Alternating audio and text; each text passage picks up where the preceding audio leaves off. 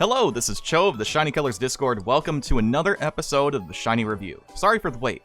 Today we're going to be talking about 3 new cards. A new Produce SSR for Madoka, Support SSR for Asahi, and Event Support SSR for Koito.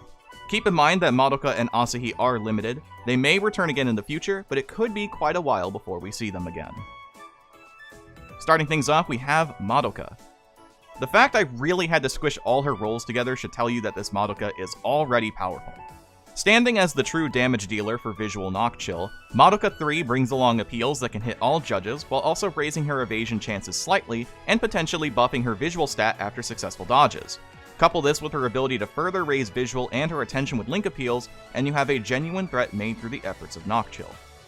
All of her passives play into her style perfectly, including a massive 70% evasion buff after turn 3 that has a staggering 50% chance to pop twice. It even raises attention to guarantee you have attacks to evade, but mixing in attention up supports will make this much more consistent. Her only real weakness is that her memory appeal is slightly weaker than Torter 3 or Koito 2, but still respectable. 10% evasion on her appeals is low, but it's made up by her passives. Her roles are a possible center, more of a backup center, attack all, buffer, evasion, attention up, and I highly recommend pulling for this Madoka.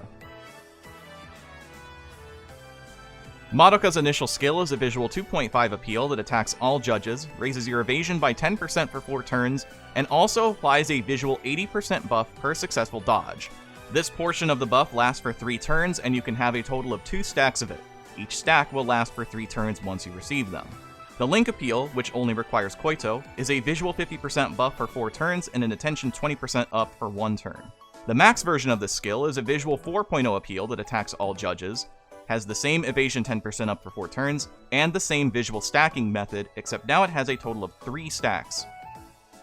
So every successful dodge will increase it by 80%, 240% on this skill, 160% on the initial skill.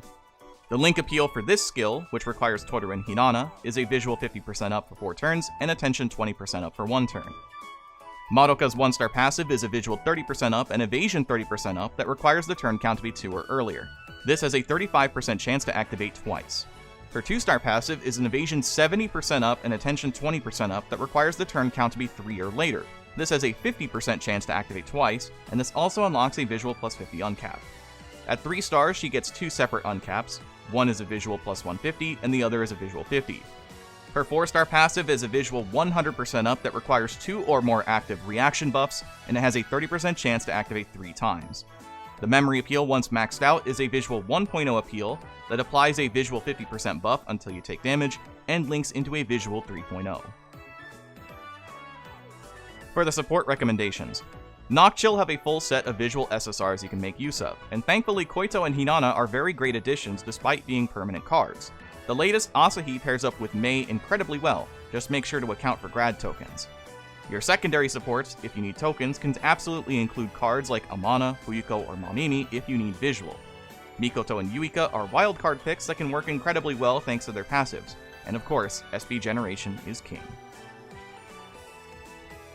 As for the team recommendations, Visual Knock Chill have options with both Koito and Toru having the same memory appeal. If you lack either of them, you may substitute Koito 2 for Koito 1, and you can use Toru's Event SR as her other SSRs have no visual component. As for other pieces you can consider, Rinzai 5 is great for buffing as well as raising attention, while Kaho 1 is a very direct way to raise your attention to the maximum, and be able to guarantee that your procs on dodge are a little more likely, or at least a lot more likely, since you'll be always getting hit, especially after turn 3 if you can pop Madoka's 70% reaction buff. It's a great combination. If you just want visual buffing, you can opt for a card like Fuyuko 4, and if you just want damage, cards like Amana 4 or Chiyuki 5 are great additions. Madoka as a center earns an S. Much like recent limited cards like Fuyuko 4, Madoka 3 is a center in the sense that if you have missed the other limited P-SSRs for Visual Knock Chill, she'll work in a pinch. She's significantly weaker than Koito or Toru, but having a little extra damage at the beginning can still have use.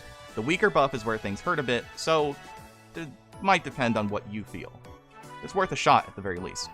As a unit, she gets anywhere from an A+ to a SS. Everything about this honestly is a given.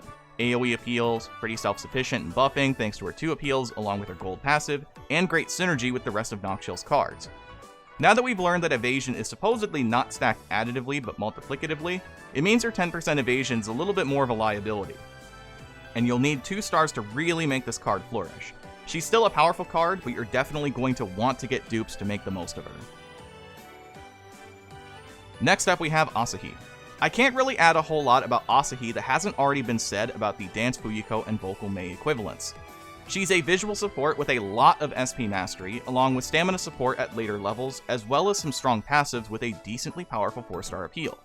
While her 1-star passive is sorta inconsistent, the 2-star passive is solid even if the conditions are particularly strict. Her 4-star appeal has a forced slow, but this can be real good depending on the Fest or Collabo-Fest situation. She's real good. Her support skills are Idol's Bond, Promise Recovery, and Rest Boost, and she has 3 unique support skills. Unit Mastery SP reaching +6 at level 75, Visual Mastery SP reaching +12 at level 80, and Visual Mastery Stamina reaching +6 at level 75. Her support appeal does scale, starting at a Visual 3.0 out of the box. It stays a Visual 3.0 throughout, however, it receives 3 different active buffs starting from level 60. A Visual 1% buff for 3 turns, 5 turns, and then 8 turns.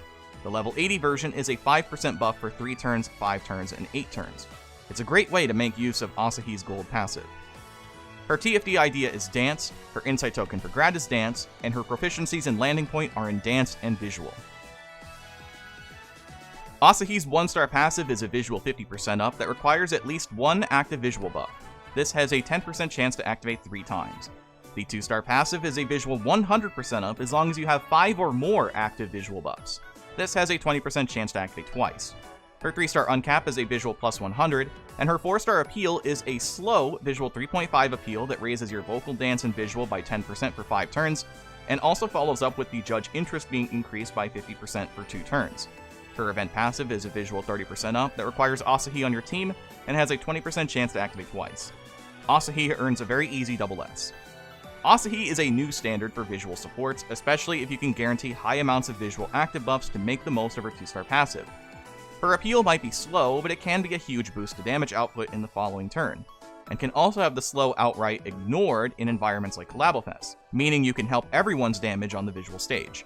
Pair this with a decent assortment of ideas and proficiency, and Asahi is a top contender for visual supports. I highly recommend pulling for this Asahi. Lastly, we have our event card, Koito.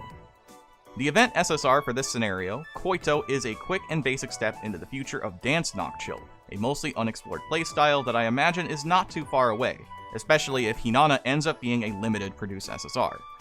She offers a fair bit of SP through her dance mastery, and her passives are okay. She's not a crazy card, but if your dance teams have needed some easy SP generation, you can pick up this Koito. Her support skills are Idol's Bond, Promise Recovery, Rest Boost, and Stamina support, and her unique support skill is Dance Mastery SP reaching +8 at level 75. Her support appeal does scale, starting at a Dance 2.5 once you get her, works its way to a 2.6 at level 60, and a 3.0 at level 80. Her TFD idea is Dance, her insight token for Grad is Mental, and her proficiency in Landing Point is in Dance. Koito's 1-star passive is a Dance 18% up that requires you to be in the dance position. This has a 30% chance to activate once. Her 2-star passive is a Dance 35% up that requires the turn count to be 4 or earlier. This has a 30% chance to activate once. Her 3-star uncap is a +50 to dance, and her 4-star appeal is a Dance 2.8 that raises your dance by 30% until you take damage. Her event passive is a Dance 20% up, as long as Koito is on your team, and it has a 40% chance to activate twice. Koito earns a B+. Koito's fine. She has a good amount of SP, and her passives are pretty normal. The appeal is good, but you're not going to be using it very well without additional support. The return of the 40% activation chance for the event passive is much appreciated, and otherwise, she's a solid card to pick up and use for aspiring dance teams, but not essential material necessarily. I still recommend farming for her while she's here. And that will do it for the video today. Thank you so much, as always, for watching and for your continued support. If you like what you saw, make sure to sub to the channel, and I'll do my best to bring more content to you. Next time we'll be talking about whatever banner comes next, so let's look forward to it together. Till next time, I've been Cho. Thanks for watching. Have a wonderful rest of your day.